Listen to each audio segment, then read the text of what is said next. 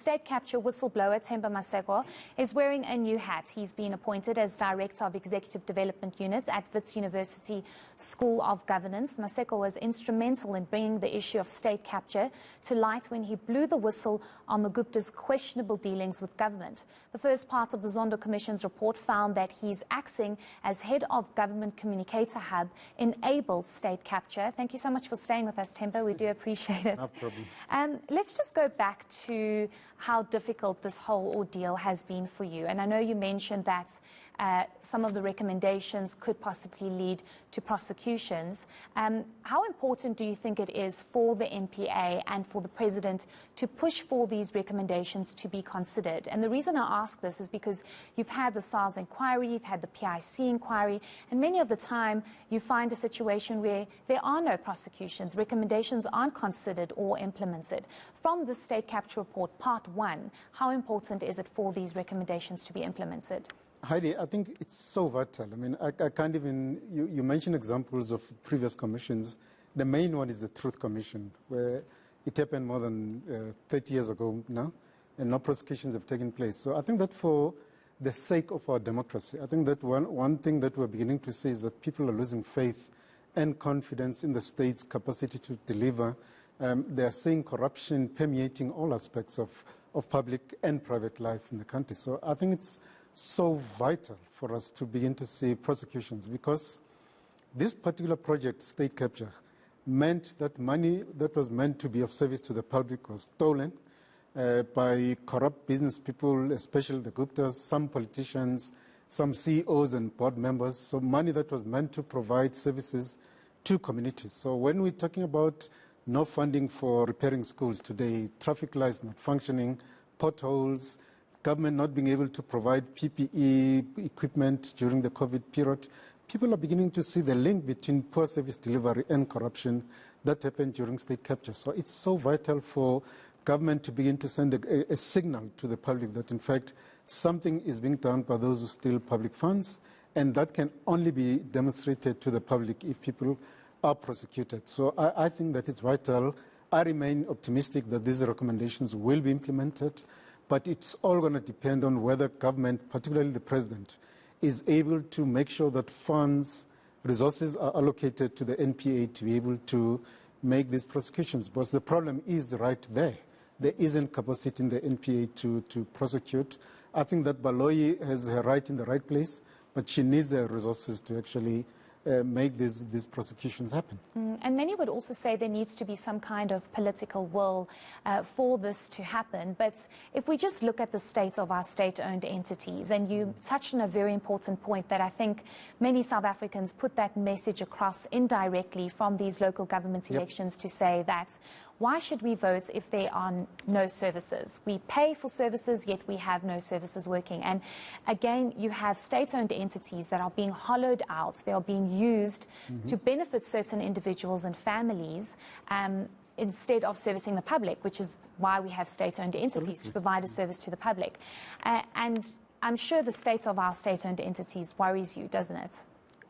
Absolutely. I think that in fact, that's a good example of electricity. When somebody wakes up in the morning and you're not able to boil water for coffee, to fix breakfast for your school kids, matric students writing exams, not being able to study, there's a direct link there with state capture, because money was stolen from Eskom and given to the Guptas by people who were given those responsibilities by government. So government needs to be seen to be acting to make sure that we rebuild these institutions. But we also need to know that, in fact, this state capture project was essentially about weakening all arms of the state so that they can steal without any repercussions or consequences. So the weakening of the NPA was a classical example, the weakening of the South African Police Service, classical examples to make sure that when they steal, they don't get prosecuted. So political will, you're right, is absolutely vital. The President is actually making the good kind of noises by saying he will make sure that implementation happens.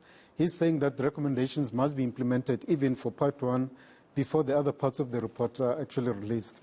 But the biggest gift that the President needs to give to the public is by making sure that resources are allocated to the NPA be given the resources to employ the people who will make it possible that when cases go to court, those cases are won in court. Because the worst thing we can see out of the Zondo Commission is for cases to go to court and those cases being thrown out because they're poorly prepared or there's not enough evidence on this and that aspect. And unfortunately, a lot of the skills of people who can make that possible doesn't lie within the NPA as we speak. So those people need to be recruited, and unfortunately, they're not going to come cheap.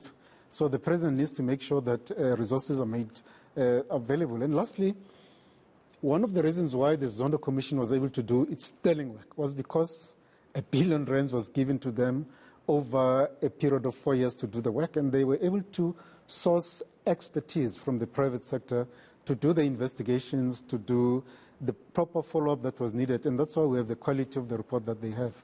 That's the kind of commitment that we need to see for the NPA to be able to do this work. So that's where I'm pinning my hopes that this, in fact, will not be a repeat of what has happened in the past. And you speak of skills and how, unfortunately, they're not going to come cheap, and they aren't necessarily in the NPA right now. I think a lot of people are also saying maybe they also don't want to go back to the NPA if they were previously there because of how they were pushed out. And I want us to go back to your experience at GCIS and when you started hearing about the Gupta family.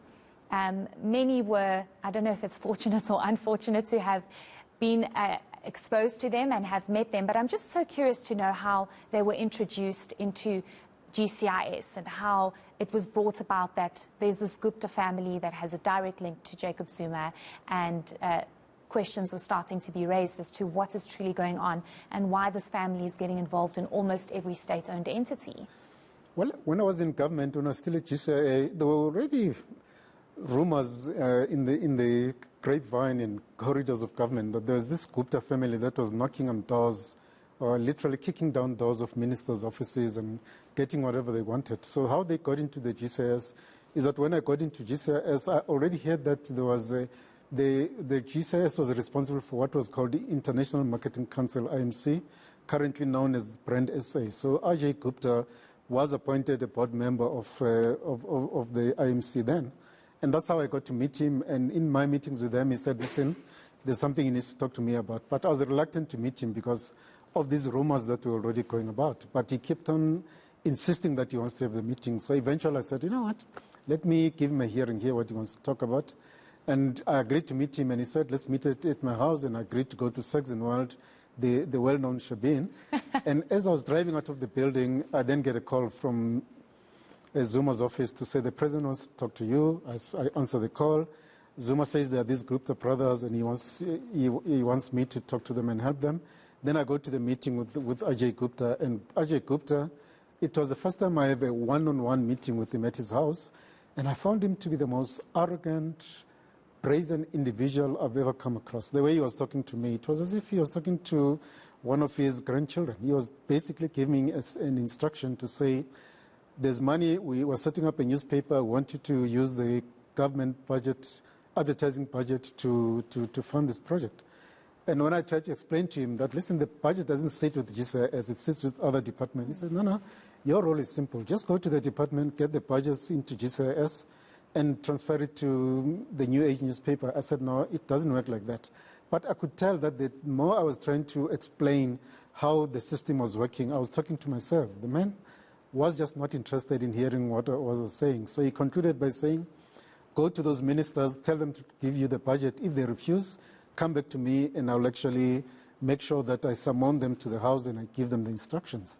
I found that to be so objectionable, because here was a man, an outsider, a man who had just come into the country, was not part of government, telling me that he was going to summon my leaders, ministers, to his house and actually give them instructions to give the budget. So I found that totally unacceptable. And at that point, I decided I did not want to have anything to do with this man who was clearly thinking that he was in charge of this government. I'm sure it's something you've never seen or experienced before. I've worked in government now in the public service for up to 17 years. No single ANC minister, no president has ever spoken to me the way in which Ajay Gupta spoke to me. And I still think he's the most arrogant human being I've ever come across. Yeah, I mean, just hearing the story again, it's like you just can't believe that this was actually happening. Yeah. I want to ask you if you have any regrets. And the reason why I ask this is because I know that you were basically fired as the CEO, but do you think that you could have done something different, or are you happy with lifting the lid and exposing what was truly going on? Look, I don't have any regrets. Maybe process-wise, I could have done something different. I mean, I never had the opportunity to sit down with my family, my wife and kids, to tell them this is what is happening and this is what I'm going to do and this is what it may mean to all of us as a family. I never even thought hard about the financial implications of my decision, that if in fact, if I get fired, I may not get a job in the private sector, in the public sector. So I never thought about that. I wish I'd actually sat down to think about those implications and planned for them. But whether I regret speaking out and defying both Zuma and the Guptas, I do not have any regrets. I think that if the situation were to replay itself, I think I'll still do it again, because it is simply the right thing to do. The struggle that we're involved in was about transforming this society, improving the lot of poor people, and participating in that criminal enterprise, in my view, was a betrayal of people who lost their lives in the struggle, and I'll do it again without any regrets. How tough was it after you were axed? You speak about the financial implications, and also the way whistleblowers are treated in this country is actually quite disgraceful. And, you know, your life is threatened. You have whistleblowers that have, you know, in the recent PPE corruption scandal that actually lost their lives. So take us through how difficult of a process that actually was for you. It is difficult. I mean, I even took quite some time to accept the title whistleblower, because I thought I was just a public servant who was trying to be of service to the public and to the people. But when I spoke out, it became very clear that, in fact, I had actually stumbled into a lion's den, because you get some kind of negative response from the people who thought you would expect to support you. So other public servants in government, I don't think they did not like what I did, but they didn't want to be associated with me, because being associated with somebody who's seen to have sold out or exposed the president, they may jeopardize their own positions in government. Many people in the political establishment also did not want to be seen to be associated with me. Making a living becomes hard because you can't find employment. I mean, I tried a number of projects in the private sector. I tried to be an entrepreneur. You go to banks don't want to be associated with you because you're seen as politically exposed, so you can't get a job, you can't get business loans, you can't get employment. So life becomes very difficult, and you end up digging and borrowing money from your future, you know, your savings, your life savings, your life policies, just to make ends meet on a day-to-day basis. So life becomes very tough. You know, people don't return your calls. People that were in your contact lists never answer your calls, they don't call you. So it becomes a very, very lonely experience. Fortunately, at that stage, I mean, there were not much security concerns. I still had to be careful. Today, what's worse is that with reports such as the Zondo Commission coming up, there's a real risk of people's lives being at risk. And I think it's becoming more and more difficult to actually blow the whistle. The biggest worry about speaking out about personal consequences is that the more we tell about our own experiences, the negative part about that is that we're in a sense scaring people who are still in the service, public service or in private companies, who are seeing corruption and wrongdoing and saying, oh, if I speak out, is this likely to happen to me? So that's the downside of speaking out. But on the other hand, you really need to know the world, the country, to know what's really going through, so that we can begin to build a system of supporting whistleblowers. And I think that we were already in that direction. More and more people are speaking out about the need to support whistleblowers, providing some kind of financial support, legal support, psychosocial support that many of them require, because I mean, it can be many of the whistleblowers have had to go through depression and they need to get counseling services. Some have been sued by their employers, they need legal support. So it's a whole bag of services that need to be supported, provided to support whistleblowers. And I think that the press conferences yesterday demonstrated that there are more and more South Africans who are saying, let's do something about supporting whistleblowers. So I think we're in the right direction as far as whistleblowing is concerned. Certainly, and I think it was important for the Zondo report to speak about the vital role that whistleblowers played in lifting the lid of what truly happened with this state capture. But I just want to move over finally to your new position. It's quite an exciting position for you. Speak to us about how you feel and what lies ahead for you. The crime incident in my home dampened the spirit because I was celebrating this appointment.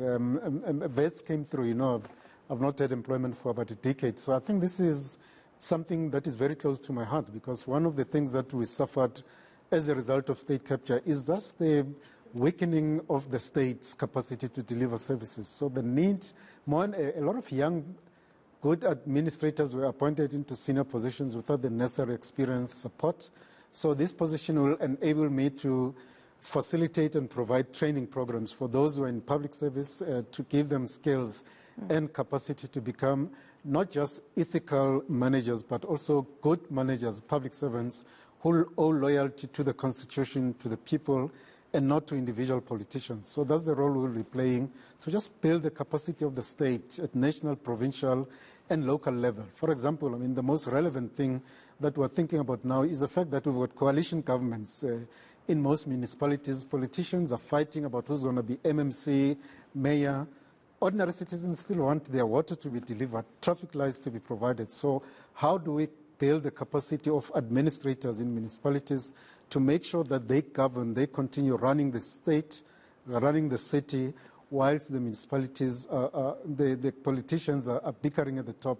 Services need to be provided. So what skills, what capacity do we need to give to these civil servants to make sure that they provide services, that government continues to function while coalition governments are still finding their feet? So this position will give me the opportunity to actually work with public administrators and teach them about how to become good public managers in service of the public.